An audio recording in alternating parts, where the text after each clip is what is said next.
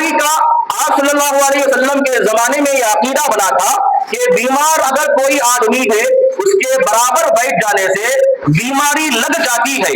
لوگوں میں یہ عقیدہ بہت عام ہو گیا تھا. اللہ کے نبی صلی اللہ علیہ وسلم نے اس باطل عقیدے کی تردید فرمائی.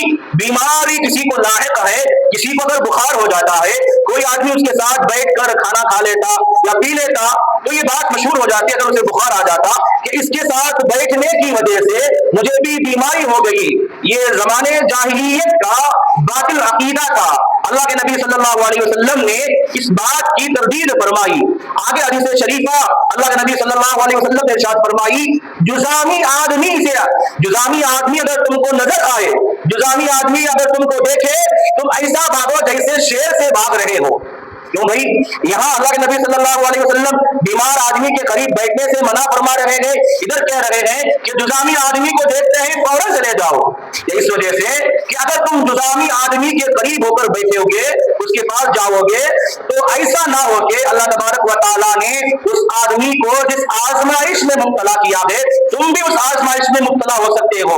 لہٰذا جب جزامی آدمی کو دیکھو اس کے قریب مت جاؤ, دور ہی سے چلے جاؤ. تو حدیث مبارکہ کا پیغام یہ ہے کہ بیماری جو ایک دوسرے کے بیٹھنے کی وجہ سے لگ جاتی ہے یہ غلط عقیدہ ہے. ہاں, اگر کوئی بیمار آدمی ہے, کوئی جزامی والا آدمی ہے, طبیعت خراب رہتی ہے, اس کے پاس جانے سے آپ پرہیز کریں. بیمارداری کرنا بھی سنت ہے. بیمارداری کرنے سے, بیمار کی مزاج پرسی کرنے سے ہمارے جتنے گناہ ہیں اللہ تمام گناہوں کو معاف کر دیتا ہے. انشاءاللہ اگلی جمعہ سماعت فرمائیں گے.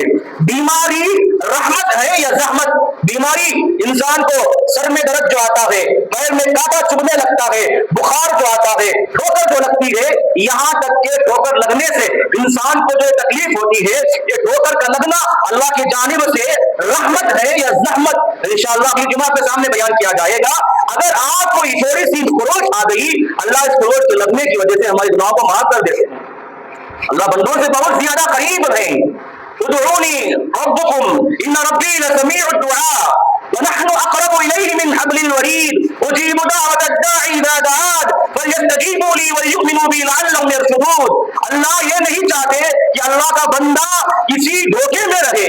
اللہ یہ نہیں چاہتے کہ اللہ کا کوئی بندہ بھی جہنم میں چلا جائے. اللہ اسے بار بار ایسے مواقع دیتے ہیں جہنم سے بچنے کے لیے. اللہ کبھی بیماری دے دیتے ہیں, بیماری کے ذریعے اس کے گناہوں کو معاف کر کے اسے پاک صاف مجلہ کر کے اللہ اسے قریب کر لیتے ہیں. یا کوئی بندہ ایسا ہے کہ اللہ کے قریب نہیں آ رہا ہے, اللہ اسے قریب کرنا چاہ رہے ہیں, اللہ اسے کوئی نہ کوئی نیک کام کی ہدایت دے کے اللہ اسے قریب کر لیتے ہیں. اللہ تبارک و تعالیٰ کہتے ہیں ادعونی, مجھ سے دعا کرو, میرے سامنے آپ کی حاجتیں, تمہاری حاجتیں پیش کرو, میں ضرور قبول کروں گا. اللہ نے کہا وَنَحْنُ أَقْرَبُ إِلَيْهِ مِنْ حَبْلِ الْوَرِيدِ, قرآن مجید کی آیت ہے, ہم شہرک سے بھی زیادہ قریب ہے.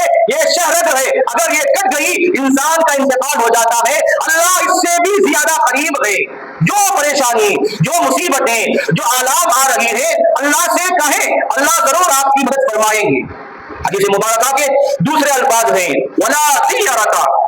زمانے جاہلیت میں لوگ یہ کام کرتے تھے, کہیں اگر ان کو سفر کرنا ہوتا, کہیں جانا ہوتا, ایک پرندے کو اڑاتے.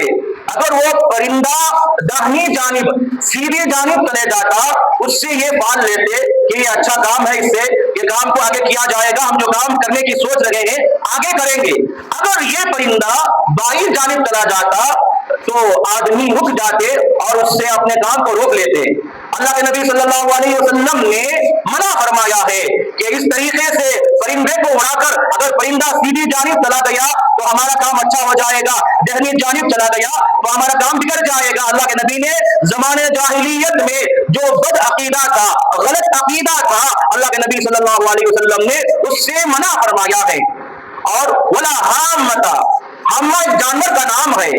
یہ باطل عقیدے زمانے جاہلیت میں پائے جاتے تھے.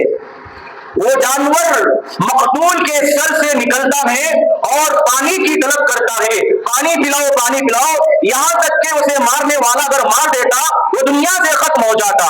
والا سفرا, اور سفر کا مہینہ منحوس مہینہ نہیں ہے. سفر المظفر, جہاں مہینوں کے نام محرم آیا,